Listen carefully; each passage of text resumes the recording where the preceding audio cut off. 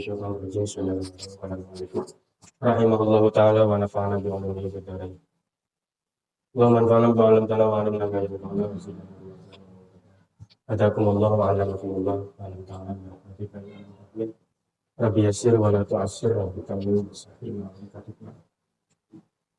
Para jamaah yang dimuliakan Allah Subhanahu wa taala, kembali melanjutkan pengajian minggu lalu. Masih syarat salat, syaratus tsani istiqbalul kiblati. Syarat salat yang kedua adalah menghadap kiblat. Yajibu istiqbalul ainil kiblat inda Syafi'iyah. Nah, masalah menghadap kiblat ini menurut mazhab Imam Syafi'i adalah ain kiblat. Artinya berarti zatnya kiblat, Ka'bahnya benar. Ketika kita berdiri sholat, maka dada kita itu harus benar-benar kalau ditarik lurus memang nyampe ke Ka'bah. Menurut pendapat dalam mazhab Imam Syafi'i yang paling kuat. Cuman nyampe-nya madhabnya itu bisa yakin, secara yakin harus menghadap ke Ka'bah kalau tidak ada penghalang antara kita dengan Ka'bah. Seperti kita memang benar-benar di jero Masjid Haram yang harus ke Ka'bah, maka tidak ada penghalang. Itu berarti harus yakin benar bahwa orang yang harus ke Ka'bah. Namun kos di dia, kos di orang jauh, cukup kita punya sangkaan kuat bahwa kita sudah menghadap ke Ka'bah karena jauh. Ya mengukur deh, semua headset. Tidak perlu dibuktikan gitu. Tidak perlu dibuktikan dengan cara ditarik garis dari dada kita menuju ke Ka'bah. Cukup sangkaan kuat bahwa kita sudah menghadap kiblat karena posisi kita dengan Ka'bah terhalang dan jauh.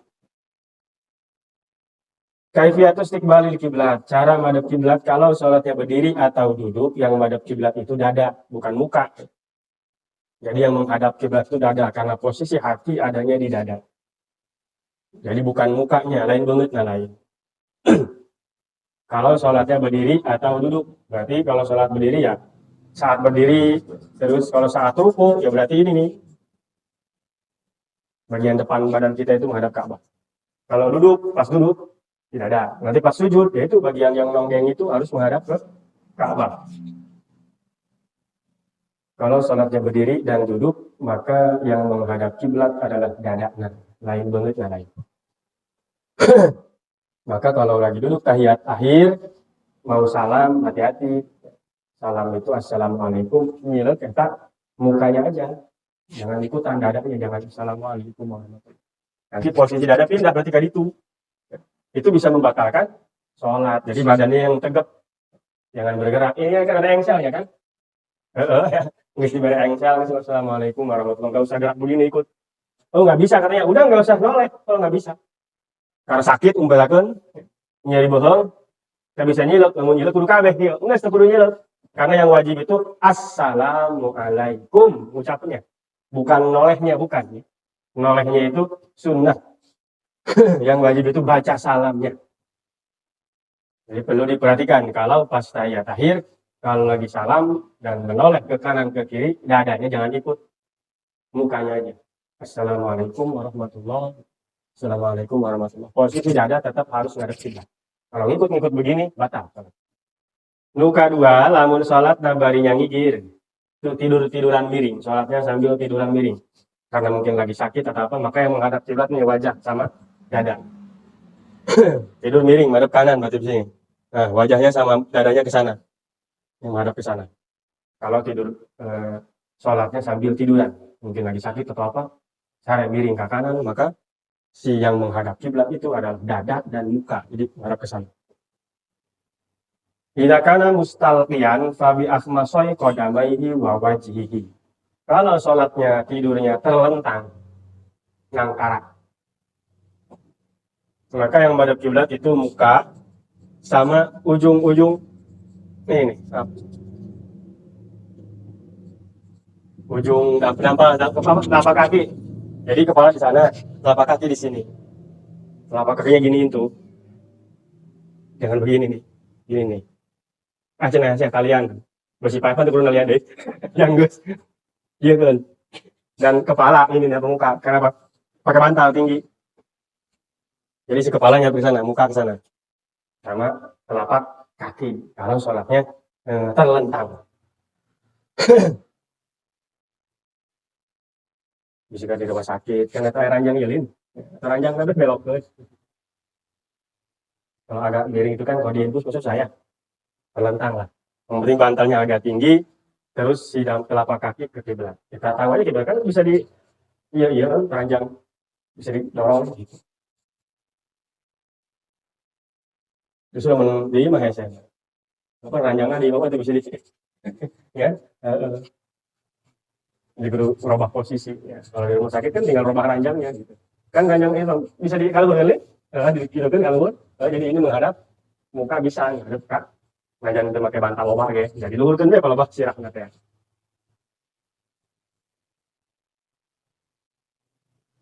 Ya justru, nah itu mari kiblat ada 3 cara. Kalau duduk dan berdiri maka patokan menghadap kiblat dada. Lamun sholat nang nyangigir, tidur miring, miring kanan ke, miring kiri ke, itu dada sama muka. Kalau terlentang maka telapak kaki sama muka. Muka itu dalam arti si bantalnya agak ditinggiin, biar matanya itu bisa ngelihat ke kiblat. Ya justru tarkustik balil kiblat fi hal datain. Madhab kiblat itu kan syarat, tapi bisa ini boleh pengecualian, boleh nggak madhab kiblat di beberapa hal kondisi. Pertama, boleh tidak menghadap kiblat kalau lagi syiddatil khauf, sholat dalam keadaan sangat takut. Seperti lagi perang. Lagi perang bukan lagi perangnya perang benar. Lain kayaknya perang sekarang sholat pangkubal seberapa menit? Sekalian lihat video-video perang Israel sama Palestina itu. Perangnya gerilya kan? Itu ngadu pedang kangkreng tong gitu, itu jauh jelema lagi. Maka jelema kuari mah jangan jago kayak gitu perang atau jauh gitu. Kamu gak pakai teknologi segala macam. Jelema nama di WC kemudian pencet ngajebur itu. Itu serem teman, itu hebat gitu, untuk gagah berani gitu. Sholat sangat takut dalam keadaan sangat takut, masih kergempa. Orang ke sholat yuk, gempa karena sancan anggus sholat video, nggak segera keluar, lompat, terusin aja lompat ya, terusin patehnya. Ya. Jangan tolong ya. Menghadap ke mana baik? Buat dia lagi sholat kejar-kejar banjir, tsunami umpama. Terusin sholatnya, dari batalkan, untuk sholat tak. Sebenarnya beda kajian kawan nabi madep. Sholat dalam keadaan sangat takut. Keduanya sholat sunnah tapi bukan wajib. Sholat sunnah di perjalanan, yang perjalanannya itu boleh. Mau perjalanannya jauh atau dekat. Mau sambil berjalan atau sambil naik kendaraan bisa sholat. Seperti mau ke mana, mau kerja misalkan ya jalan kaki dari sini ke kontrakan, bari sholat ya betul. Ini saya harap kemana baik. Yang membatur negor lah balas. Kemana cuci sambil jalan ya. Misalkan kita rumah di sini mau ke sana, udah ke sana. Kan kiblatnya ke sana kan? Tapi ke sana udah terus. Tapi sholat sunnah ya, sholat sunnah, bukan sholat wajib. Sambil jalan gitu. Nanti pas ruku ya ruku. Pas ruku biasa diam dulu, ruku Allahu Akbar. Ya tidak lagi. Sambil baca Rabbana lakal hamdu sambil jalan lagi gitu. Nanti pas sujud biasa sujud. Karena yang anu teh kucingan gitu. Anu udah bersih. Nanti duduk biasa itu. Nanti pas rakaat kedua jalan berdiri jalan lagi gitu. Pada saat itu tak pajar wedan jadi. Sia wedan aing ku cager. Atau sambil naik kendaraan. Kalau sambil naik kendaraan, kemana aja kendaraan itu ngarahnya ya, tujuannya, ya udah ke situ kan kiblatnya. Nih kalau sholat sunnah dalam perjalanan itu kayak tadi ya sambil jalan kaki misalkan, maka yang perlu madhab kiblat itu hanya 4. 1 tinggal ihram, takbiratul ihram. Jadi pas takbiratul ihram ya kiblat. Maka itu Allahu Akbar takbiratul ihram. Kaulah sholat sunnah, Allahu Akbar. Kiblat. Enggak segera lupa kayak itu. Balik kanan. Lupa kayak itu ke arah itu. War ruku nanti pas mau ruku jangan kiblat deh, yang harap kiblat ruku. Pas sujud pasti tidak, nggak apa-apa, menghadap kemana aja. Terus pas mau sujud, ngadap kiblat lagi. Pas mau sujud, menghadap kiblat lagi. Duduk di antara 2 sujud sama menghadap kiblat lagi. Jadi di dalam 4 posisi itu dia harus menghadap kiblat. Takbiratul ihram, ruku, sujud dan duduk antara 2 sujud. Itu harus menghadap kiblat. Selebihnya nggak apa-apa, madep mana aja. Kalau sholat sunnahnya sambil naik kendaraan, naik motor, naik mobil, naik nonde, parahu misalkan. Yajibu istiqbalul kiblat fil ihram in sahula alaih wa illa fala yajibu istiqbal mutlaqan. Kalau dimungkinkan harus madep kiblat pas takbiratul ihram. Kalau mungkin, kalau bisa. Kalau nggak bisa, udah nggak usah, madep mana aja. Dari takbiratul ihram sampai tahiyat nggak apa-apa, nggak ada yang satupun yang madep kiblat. Kalau memang tidak dimungkinkan. Seperti di perahu kan. Bingung. Ngomong ombak gede mah. Ya kubuki-buki naik sholat. Naik motor ya sholat.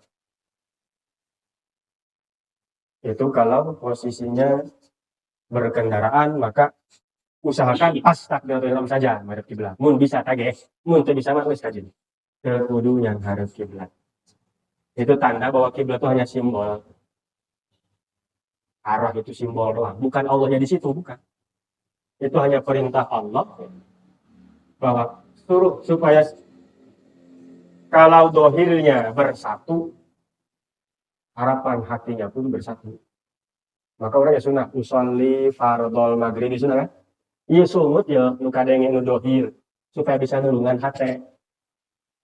Maka kalau umat Islam semua disuruh madep sono, perintah Allah dohirnya supaya nyana bersatu kayak titikna. Harapannya hati mereka pun bersatu. Hatina pun hararosu. Cuma kawan ada yang menang, masjid. Banyak masjid, bingung. Imam yang harap kayak itu. Mau nggak duka itu, kayak duka itu, nggak duka itu. Mau rapi. Itu bukti bahwa menghadap kiblat itu adalah perintah Allah sebagai simbol dalam agama, kewajiban. Ya. Cuman bukan berarti Allah itu di situ. Allah itu bukan di Ka'bah, tapi di hati orang-orang yang beriman.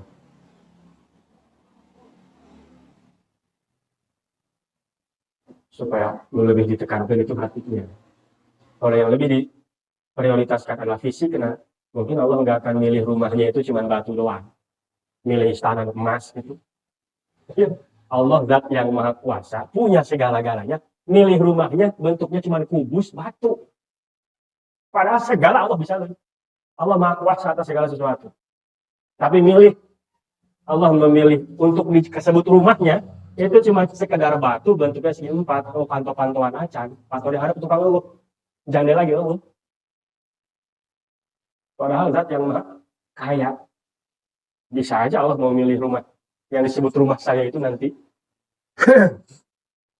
adalah yang terbuat dari emas. Misalnya. Dindingnya juga emas. Itu sudah berarti bahwa itu cuma simbol. Allah pengennya begitu. Pasti ada rahasianya. Mengapa zat yang maha kaya tapi milih rumah, milih bangunan di bumi yang disebut sebagai rumahnya, itu hanya sebuah batu, gitu, tumpukan batu bentuknya segi empat. Menurut jandela-jandelaan aja. Diikuti kan oleh Rasulnya. Rasul itu hayang nanon dia bisa. Tapi rumahnya cuma 4x4. Kayak saya di sama, namun kia ya. Urut tadi. Dan itu berarti ngajarin kan. Semua pati-pati lah. Allah pun Allah milih berbentuk kubus seperti itu. Yang batu-batu doang, batu lagi, batu bahula gitu. Tidak mewah gitu. Padahal Allah segala bisa. Kalau diikuti oleh Rasulnya, artinya itu semua simbol saja. Simbol saja. Kalau dohir yang benar-benar diinginkan, pasti milihnya itu terbagus. Lu lawan deh. Karena dia bagusnya. Itu untuk menyatukan saja. Sekarang bahkan banyak masjid, lebih bagus masjid daripada Ka'bahnya itu sendiri. Itu batu doang, masjid orang nyadek marmer. Bukan bukan masjid haram ya, Ka'bahnya itu. Ka'bah itu kan batu doang. Batu doang tumpuk-tumpukin. Artinya fisik itu memang mendukung, tapi bukan itu tujuannya. Bukan itu. Buktinya dalam keadaan tertentu, orang dibolehkan sholat tidak menghadap Ka'bah. Dalam keadaan tertentu. Marotibu ma'rifatil kiblat. Mengetahui kiblat itu ada derajatnya. Pertama yakin. Harus yakin. Diketahui dengan yakin. Pakai apa? Ilmi. Yaitu dengan ilmu. binahwi ru'yatin lil kiblati, dengan cara melihat langsung.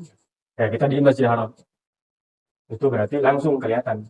Di Masjidil Haram pun sekarang orang tuh nggak segampang kayak dulu.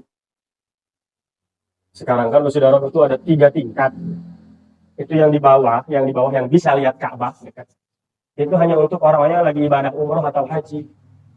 Ya, mau lalaki mah ya, lamun teu make pakaian anduk teh, teu bisa ke lantai 1, harus lantai 2. Sholatnya di lantai 2 sih. Dan kalau sudah di lantai 2 itu susah lihat Ka'bah. Jadi kecuali mah di jero Masjidil Haram dia belum tentu bisa ngelihat Ka'bah. Sekarang. Karena diatur begitu. Yang lebih penting kayak orang-orang lagi ibadah umroh atau haji, terutama pas waktu hajian. Itu yang di bawah itu yang lagi ibadah haji aja. Yang lagi pakai ihram aja gitu. Yang pakai pakaian biasa di atas. Nggak bisa di bawah. Jadi saya lupa Ka'bah gitu. Segitu di jero masjid. Itu yang pertama, harus yakin menghadap kiblat, harus bisa mengetahui kiblat dengan cara yakin memang karena kita ngelihat langsung. Bi khabari thiqatin an ilmin, yang kedua, atas dasar berita atau petunjuk dari orang yang bisa dipercaya karena keilmuannya. Di mana nih kiblat nih? Kita kadang nggak tahu kita nih. Kayak Syekh Nawawi sama siapa itu? Dulu tuh ada cerita kan. Kiblat itu kemana? Ke sini. Nggak percaya. Ke sini, kata saya ke sini. Kalau misalnya sama Habib Usman bin Yahya itu. Zaman Belanda dulu ada seorang ulama yang lebih memilih biar dakwah itu mudah, jadi dia dekat sama Belanda. Tujuannya supaya dakwah eta masih bisa dijalankan dan Belanda nggak terlalu galak. Namanya Habib Usman bin Yahya di Jakarta itu. Itu ditentang, kedekatan dia itu ditentang salah satunya oleh Syekh Nawawi. Pernah aja beda pendapat lah. Ayo cukup bukan kualitas itu kan loba. Nah, kualitas itu loba jelek ulama tanu anti karena partai politik gitu kan. Ayo malah, iya tuh itu sudah biasa memang begitu. Yang penting mah semua berdasarkan keilmuan, dengan duit. Orang ulama ikut politik misalkan, tapi ente neangan duit, memangnya nama untuk benar-benar kata menjawab niana doa Allah kan. Kita tidak bisa mendikte atau memvonis. Itu hanya urusan dia dengan Allah. Hatena mah terus kabaca, kurang hatena mah tidak bisa kabaca. Jadi itu masih benar, nggak apa-apa, memang boleh gitu. Bahkan perlu. Yang penting memang nyada lain tujuannya duniawi. Bisa jadi ulama ikut politik itu lebih baik karena tujuannya tidak duniawi daripada yang nggak ikut politik. Kenapa kamu nggak ikut politik? Lu nggak mau lah, takut jamaah saya pada hilang. Aku etan pasti itu dunia amat. Maka sieun kalengitan jamaah. Ya kan rata-rata gitu. Alasannya di antara yang nggak mau ikut politik.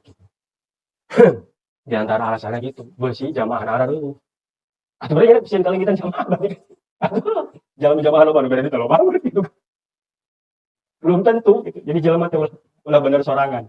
Yang ikut politik ya memang dia mungkin mampu di situ.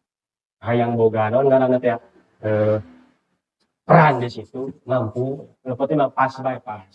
Ngomongin politik nah atuh ke acara partai. Silakan ngomongin politik kok acara partai kok. Acara mudan mah atuh ulah gitu. Doang waktu di bae. Harus porsina. Pan kita juga dalam satu diri kita nih ada porsi kita jadi orang tua, ya kan? Mungkin dia mah Pak Haji Sayuti jadi orang tua, jadi suami atas istrinya, jadi orang tua atas anaknya. Namun dia jadi murid dari saya, jadi teman dari Mang Jaya, kan? Dan semua yang ada di sini. Saya di luar menghormati Pak Sayuti sebagai yang lebih tua dari saya. Di sini Pak Sayuti pun menghormati saya sebagai yang ngajarin dia. Jangan makin hiji kan dalam satu keadaan saya. Jadi ke Pak Haji umpamana ngaji di dia sanajan Pak Haji lebih tolot misalkan kurang lebih ngorak tapi kudu ngadengin ke kurang ulah kieu anjos eta ilmu sana atau ilmu sana ya lewana gitu kan mau ngadengkeun atau mau ngadengkeun ulah ngaji supaya tidak ada hubungan guru dengan murid. Lamun misalkan ka dieu daek kudu ngadengkeun saya walaupun saya lebih muda misalkan. Tapi di luar lain lagi nanti ada hak-hak lagi. Tidak selalu omongan saya harus diturutin karena di luar menurut ngobrol ngopi doang kongko biasa. Bukan ngomongin ngaji. Saya nggak pas saya mau dengerin, mau nggak dengerin juga terserah. Karena tidak tuntutan untuk itu. Namanya lagi bermasyarakat.